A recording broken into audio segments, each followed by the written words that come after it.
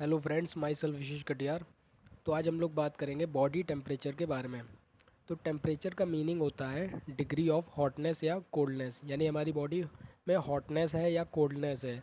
जो हमारी बॉडी है वो हॉट है या कोल्ड है, गर्म है या ठंडी है, इसका पता लगाना टेम्परेचर के द्वारा होता है। ठीक है। तो जो हमारा नॉर्मल बॉडी टेम्परेचर है ह्यूमन में, ठीक है, तो वो होता है 98.6 डिग्री फ़ारेनहाइट और 37 डिग्री सेंटीग्रेड। ठीक है, 98.6 degree Fahrenheit and 37 degree centigrade. ठीक है। अगर फ़ारेनहाइट में बात करेंगे तो 98.6, और अगर सेंटीग्रेड में बात करेंगे तो 37 डिग्री। ठीक है। फिर जैसा कि हमारी बॉडी के अलग अलग पार्ट्स हैं, तो हमारी जो बॉडी के अलग अलग पार्ट्स हैं उन सभी का टेम्परेचर जो है वो अलग अलग रहता है।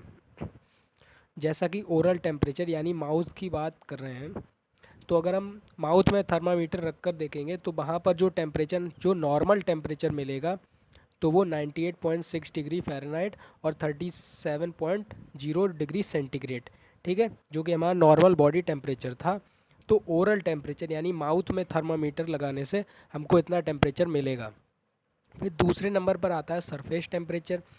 सरफेस यानी स्किन सरफेस पर अगर हम टेम्परेचर पता करते हैं, ठीक है, स्किन सरफेस यानी ऊपर से ही किसी के हाथ या मतलब स्किन सरफेस से जो हम पता करेंगे उससे सरफेस टेम्परेचर कहेंगे। और ये होता है 85.1 डिग्री टू 93 डिग्री फ़ारेनहाइट और 29 टू 34 डिग्री सेंटीग्रेड।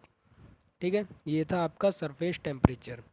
फिर आता है एक्सिलरी टेम्परेचर, यानी जो एक्सिला है, चेस्ट और जो हमारा आर्म है उसके बीच में जो एक्सिला पाई जाती है, ठीक है, तो वहाँ पर टेम्परेचर नापने से 0.5 टू 1 डिग्री और 0.3 to 0.6 degree lower than oral temperature, यानी जो ओरल टेम्परेचर था 98.6 डिग्री फ़ारेनहाइट उससे 0.5 टू 1 डिग्री कम मिलेगा। ठीक है।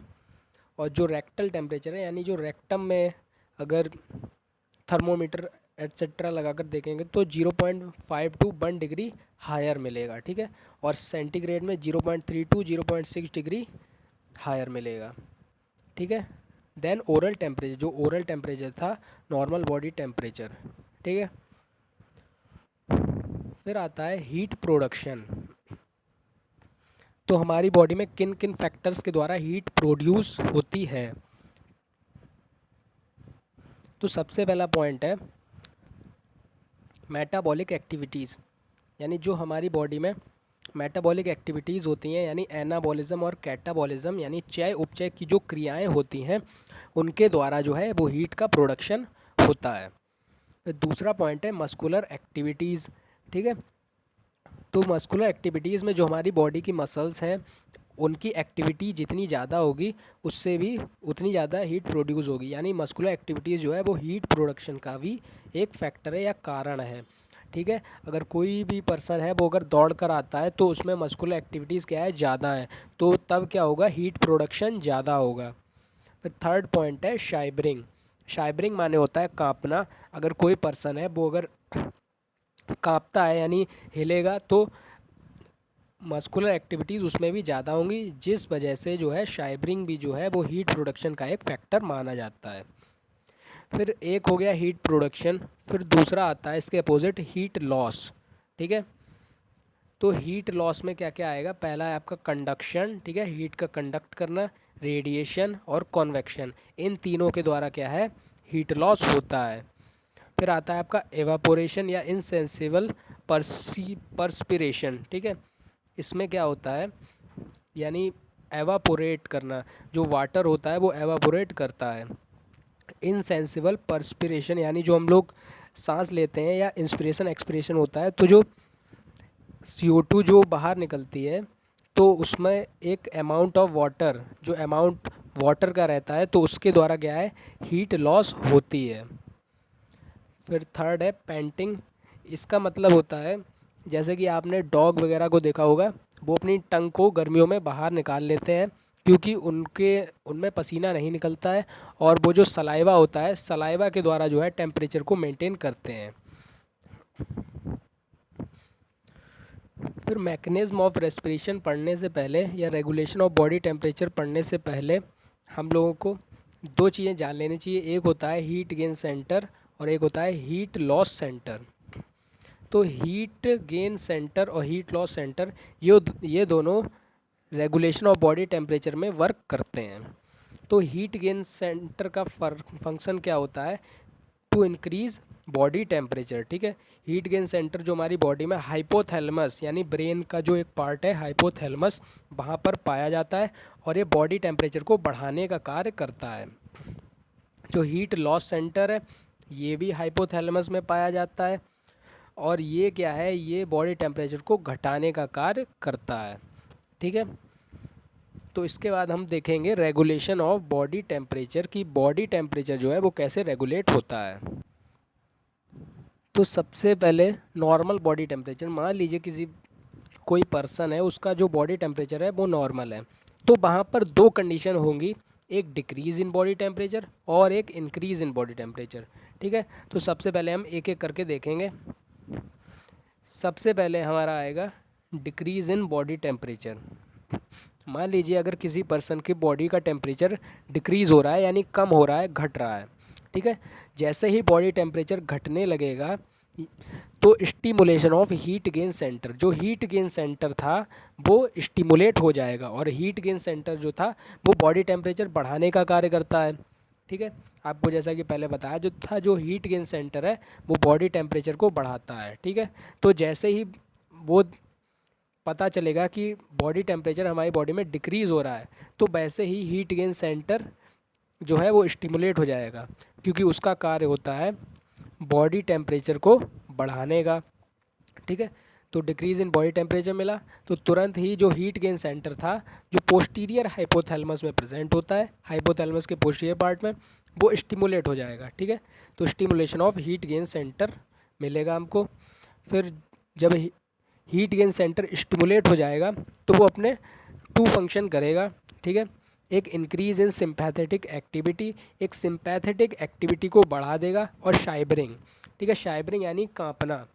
ठीक है, जो पर्सन है वो कांपने लगेगा, तो कांपने से क्या है, हीट प्रोड्यूस होती है। ठीक है, तो इंक्रीज़ इन सिंपैथेटिक एक्टिविटी, इसमें क्या है हमारा, इसमें दो पॉइंट्स हैं। एक increased adrenaline secretion and metabolic rate, यानी जो एड्रेनलिन हार्मोन है उसका सीक्रेशन बढ़ जाएगा और मेटाबॉलिक रेट भी बढ़ जाएगा।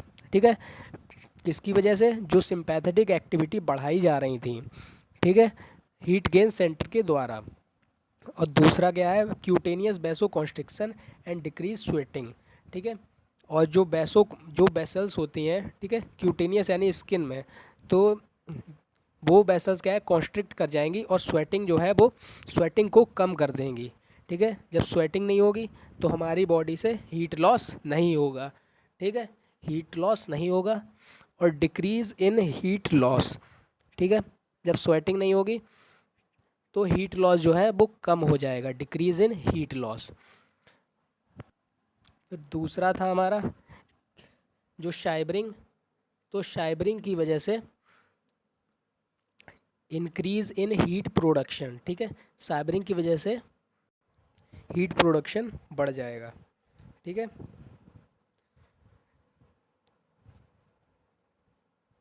तो जैसे ही जो हीट प्रोडक्शन बढ़ जाएगा तो जो बॉडी टेम्परेचर है वो नॉर्मल हो जाएगा। ठीक है, तो पहले हमको क्या मिला था, बॉडी टेम्परेचर डिक्रीज़ हुआ था और फिर जो है बॉडी टेम्परेचर क्या है, नॉर्मल हो गया, क्योंकि हीट लॉस डिक्रीज़ हो गया है और हीट प्रोडक्शन इंक्रीज़ हो गया है। ठीक है, तो बॉडी टेम्परेचर जो है वो नॉर्मल हो जाएगा। एक बार हम फिर से देखेंगे। मान लीजिए किसी पर्सन का जो बॉडी टेम्परेचर नॉर्मल है, किसी कारण जो है उसका बॉडी टेम्परेचर घट जाता है, डिक्रीज़ हो जाता है, तो फिर क्या होगा, stimulation of heat gain center, जो heat gain center posterior hypothalamus में प्रेजेंट है वो स्टिमुलेट हो जाएंगे। और जब वो स्टिमुलेट हो जाएंगे तो हमको दो चीज़ें देखने को मिलेंगी, एक शाइबरिंग और इंक्रीज़ इन सिंपैथेटिक एक्टिविटी। ठीक है, सिंपैथेटिक एक्टिविटी के बढ़ने से increased adrenaline secretion, adrenaline hormone का सिक्रेशन बढ़ जाएगा और मेटाबॉलिक रेट बढ़ जाएगा, जिसकी वजह से हमको इंक्रीज़ इन हीट प्रोडक्शन देखने को मिलेगा और शाइबरिंग की वजह से भी हमको इंक्रीज़ इन हीट प्रोडक्शन देखने को मिलेगा।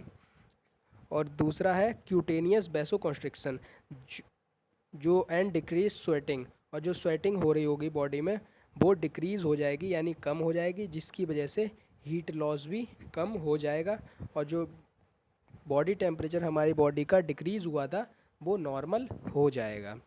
ठीक है। अब जो दूसरा, मान लीजिए कोई पर्सन है उसकी बॉडी का टेम्परेचर बढ़ जाता है, ठीक है, इंक्रीज़ कर जाता है, तब क्या होगा, stimulation of heat loss centre. तब हीट लॉस सेंटर का स्टिमुलेशन होगा जो कि एंटीरियर हाइपोथैलेमस में प्रेजेंट है। ठीक है। यहाँ पर हीट गेन सेंटर का स्टिमुलेशन हो रहा था जो कि पोस्टीरियर हाइपोथैलेमस में प्रेजेंट है, और यहाँ पर हीट लॉस सेंटर का स्टिमुलेशन होगा जो एंटीरियर हाइपोथैलेमस में प्रेजेंट है। ठीक है। जो स्टिमुलेशन जब हीट लॉस सेंटर का होगा तो नो शाइबरिंग, तो बॉडी में कोई भी शाइबरिंग नहीं होगी।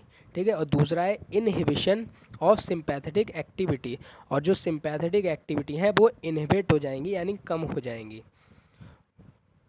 जिसकी वजह से हमें दो चीज़ें देखने को मिलेंगी। पहला, decreased adrenaline secretion and metabolic rate, यानी जो एड्रेनलिन सिक्रेशन और मेटाबॉलिक रेट है वो डिक्रीज यानी कम हुआ मिलेगा। और क्यूटेनियस वैसोडाइलेशन, यहाँ पर वैसोकॉन्स्ट्रिक्शन, यहाँ पर वेसल्स सिकुड़ रही थी, ठीक है, और यहाँ पर क्या है आपका वैसोडाइलेशन, यानी जो वेसल्स हैं वो फैल जाएंगी और स्वेटिंग बढ़ जाएगी। ठीक है। और जब स्वेटिंग बढ़ जाएगी बॉडी में तो इंक्रीज़ इन हीट लॉस, तो हीट लॉस क्या है, ज़्यादा होगा। ठीक है। और शाइबरिंग की वजह से डिक्रीज़ इन हीट प्रोडक्शन, हीट प्रोडक्शन में कमी आ जाएगी, जिसकी वजह से जो बॉडी टेम्परेचर है वो नॉर्मल हो जाएगा। ठीक है। तो जो हमारा बॉडी का टेम्परेचर है वो इसी तरीके से मेंटेन होता है, इसी तरीके से रेगुलेट होता है। ये जो आपके हमारे दो सेंटर हैं, एक है हीट गेन सेंटर और एक है हीट लॉस सेंटर, जो कि हाइपोथैलेमस यानी ब्रेन में प्रेजेंट होते हैं। इन्हीं के द्वारा जो है बॉडी टेम्परेचर जो है वो रेगुलेट होता है। ठीक है।